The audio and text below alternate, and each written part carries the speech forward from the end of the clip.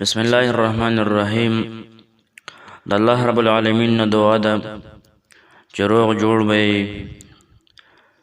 نن درته داسې یو عظیمه وظیفه در کوم. که ته وایې چې زما زر حاجتونه دي،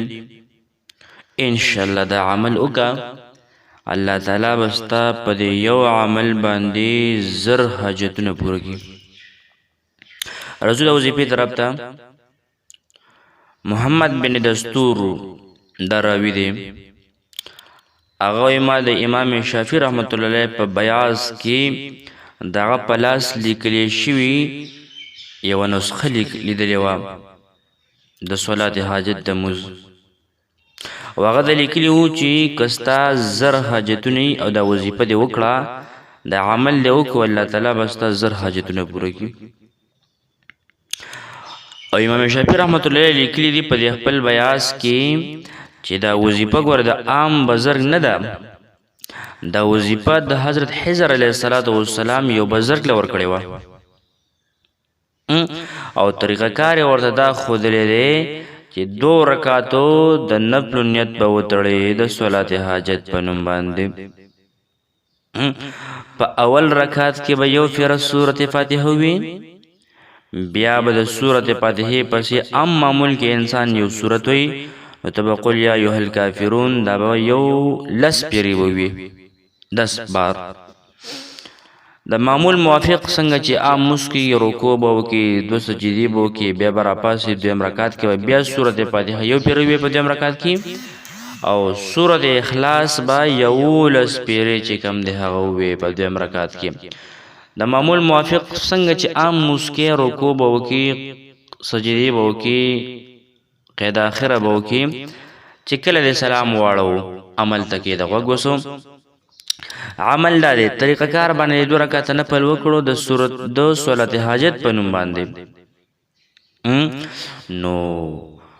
بیا به سلام دی واړو ښی طرف ته اوږست طرف ته، بیا به سجدې ته لاړ شي. نو په سجده کې به ته 10 پیرې چې کم دی درود شریف وي، بیا به 10 پیرې دا دعا وي سبحان الله والحمد لله ولا اله الا الله والله اکبر ولا حول ولا قوة الا بالله العلي العظيم. او دا غینا پس با 10 پیرې اللهم ربنا آتنا في الدنيا حسنه وفي الاخره حسنه وقنا عذاب النار 10 پیرې به دا وي. بیا به رب کائنات ته د خپل عاجزۍ لاسونه اوچت کړي، نو چې ستا څه ارمان دی الله تعالی پوره کوي. حکیم ابوالقاسم رحمت الله فرمایي ما یو زبرګ ته یو قاصد یو استازی ولېږېدو چې ما ته د مونځ طریقه وښایي، نو هغه بزر چې کله قاصد ته طریقه کار وښودو، وایي ما دغه طریقه باندې 2 رکعته نفل د صلات حاجت په نوم وکړو، په دغه طریقه باندې مې وکړو، وی ما پکې دا دعا وکړه یا الله مالا علم ډېر راکړي، حکمت راله ډېر راکړي، نو وی الله تعالی زما علم راله راکړو، حکمت یې راکړو، او زر حاجتونه نور هم راله پوره کړو. حکیم ممدوح رحمت الله علیه فرمایي وی کم کس چې غواړي چې زما د زر حاجتونه پوره شي، نو هغه د مونځ لازمي وکړي، خو کله به کوي دا به د جمعې په شپه باندې کوي. طریقه کار دا دی چې ښایسته مزېدار ماسپښین مونځ دې وکړو، غسل به وکړي، پاکې کپړې به واچي، او د 2 رکعته صلات حاجت په نوم د نفل نیت به وتړي، او بیا به دغه طریقې سره خپل مونځ چې کوم د سر ته ورسې، لومبي رکعت کې فاتحې نه پس 10 پیرې قل یا ایها الکافرون، په 2 رکعت کې یو پیره سورت فاتحه، 11 پیرې سورت اخلاص. بیا چې کله سلام واړو 2 رکعت نفل دي، سلام دی واړو، نو سجدې ته به لاړ شي، 10 پیرې به درود شریف وي، بیا به 10 پیرې چې کوم دی درېیمه کلمه وي، او بیا به 10 پیرې اللهم ربنا آتنا في الدنيا حسنه وفي الاخره حسنه وقنا عذاب النار دا وي. ان شاء الله چې کوم یو انسان ته دا وظیفه ما ښودلې ده، الحمدلله